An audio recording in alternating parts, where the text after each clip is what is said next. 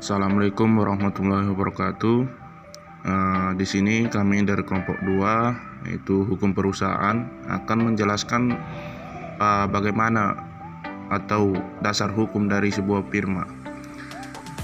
Yang dimana nanti kami akan menjelaskan melalui dua pemateri, yaitu dengan saya sendiri Abdi Saputra Ritonga sebagai pemateri pertama, dan ada nanti yang menyampaikan tentang contoh kasus yang akan disampaikan oleh Mama Ridho Dwi Hardiansa. Tidak panjang lebar, di sini kami akan mulai pembahasan. Yang pertama dia mengenai pengertian firma. Sini firma dapat dikatakan bahwa perusahaan yang bernaungan dalam satu nama bersama, itulah yang dikatakan dengan firma. Firma ini juga memiliki pemitraan, biasanya bergerak dalam bidang atau yang menguntungkan. Kata firma berasal dari bahasa Belanda yang dapat diartikan sebagai sebuah perserikatan dagang antara beberapa perusahaan. Nah, adapun pengertian firma ini secara umum sama seperti yang di atas tadi, yaitu setiap usaha atau perusahaan yang pendiriannya dalam rangka menjalankan usaha secara bersama-sama dengan menggunakan nama bersama atau di bawah nama bersama. Ada beberapa jenis firma yang dapat kami sampaikan. Yang pertama itu adalah firma dagang atau trading partnership. Yang kedua itu ada firma non-dagang atau jasa. Yang ketiga yaitu firma umum atau general partnership. Yang keempat itu ada firma terbatas atau limited partnership. Adapun dasar hukum dari sebuah firma itu terdapat dalam Kitab Undang-Undang Hukum Dagang atau KUHD yang diatur dalam pasal 16 hingga pasal 35 KUHD, dan juga terdapat dalam Kitab Undang-Undang Hukum Perdata atau KUH Perdata, yakni terdapat pada pasal 1618 sampai dengan 1652. Jadi kesimpulannya, dasar hukum firma ini hanya terdapat dalam Kitab Undang-Undang Hukum Dagang dan Kitab Undang-Undang Hukum Perdata.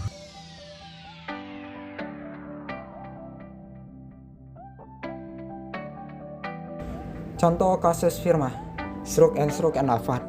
Berdiri sejak tahun 1876, firma hukum asal New York, Stroke and Lavan, akhirnya memutuskan untuk bubar setelah sejumlah lawyer memutuskan untuk keluar dan firma gagal melakukan merger dengan firma besar lainnya. Diketahui, Stroke and Lavan memiliki 222 lawyer dengan revenue sebesar 250 juta US dollar di tahun 2022 berdasarkan laporan The American Lawyer. Awal Juli 2022, dikabarkan Stroke and Lavan, negosiasi merger dengan Nixon Peabody telah berakhir. Tak lama pada akhir Juli, setidaknya 27 lawyer firma ini berpindah ke Steptoe & Johnson.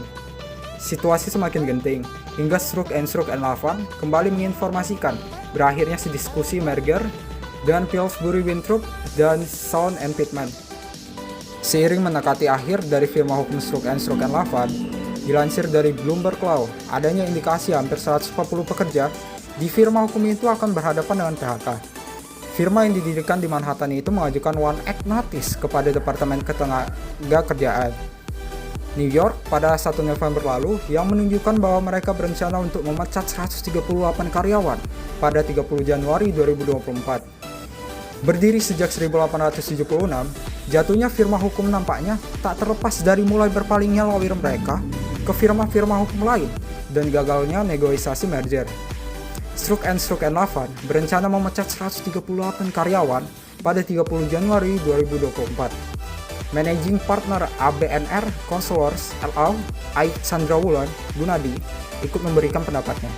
Dari perspektifnya, ada beberapa hal yang harus dilakukan untuk mengolah sebuah firma agar terus eksis seiring bertambahnya usia firma hukum. Pertama, melakukan regenerasi.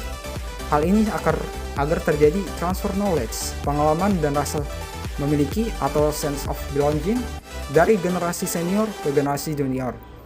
Kedua, melakukan adaptasi yang tak kalah penting agar selalu beradaptasi dengan perkembangan zaman terkini. Tutur AI.